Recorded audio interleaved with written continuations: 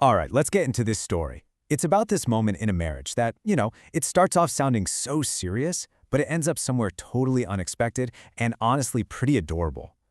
So picture this, right? It's just a regular, quiet evening.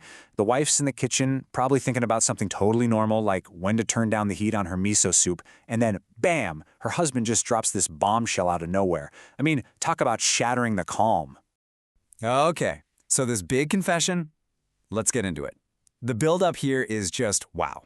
You could cut the tension with a knife. And what's so funny about this is how he says it.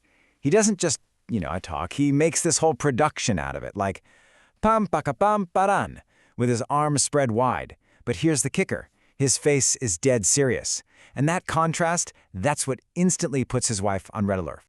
So of course her mind just starts racing. It goes straight to the worst-case scenarios, right? An affair? Did he lose his job? Money problems? The big ones that just flip your whole world upside down. She's literally bracing herself for some life-changing news. And then he finally says it.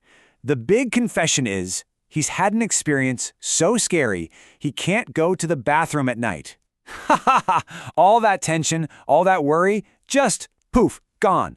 The huge, life-altering problem isn't about their marriage or their money, it's about him being scared to go to the bathroom.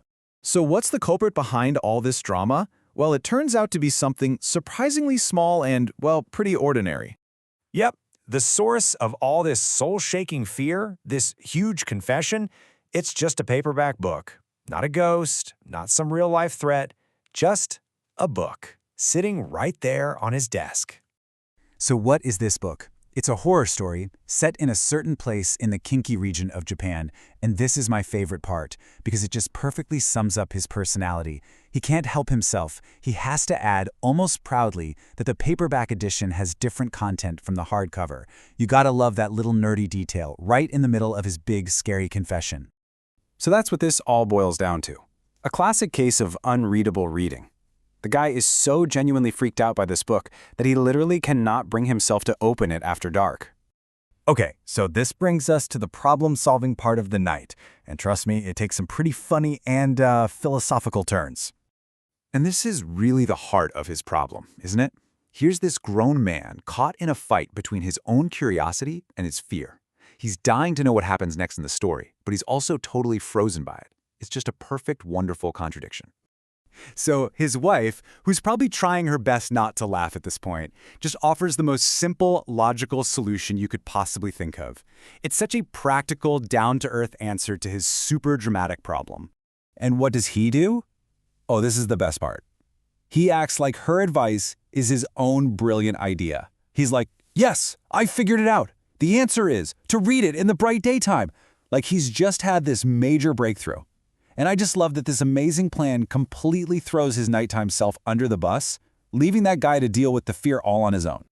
But then, just like that, the conversation completely pivots. His brain just takes this hard left turn.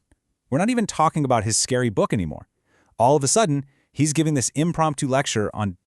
So, according to his new theory, the exact fear he's feeling right now, that's the reason we have culture. Yeah. Music, festivals, even religion. He's saying they're all just these big, complicated systems we invented to deal with our fear of the dark. It's this incredibly grand theory that was born from him being too scared to finish a paperback.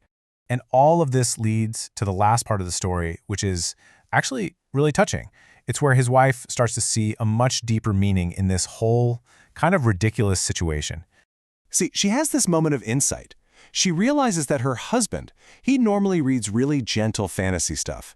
He went out and chose to read this scary book. He was looking for this little adventure, He wanted this small, safe dose of fear to kind of shake things up in his normal, stable life. And this is where it gets really sweet. She realizes that, sometimes in a comfortable life, you have to go looking for things that get your soul stirring. And as long as that fear comes from a story, it's safe, right? You can just close the book. In fact, him closing the book is a kind of self-preservation. And his willingness to admit he's scared, that vulnerability, that's what's actually so endearing about him. So in the end, this whole silly little incident reveals something really wonderful. It's about that part of us that wants to read, even while we're trembling. That little bit of our heart that pushes us to be curious, even when we're scared. That's what makes life interesting. It's really a celebration of that small spark. So as she finally turns down the hate on the soup, she's just left with this quiet, happy sense of anticipation. And it does make you wonder, right? After he's conquered this terrifying book, what kind of confession is going to come next?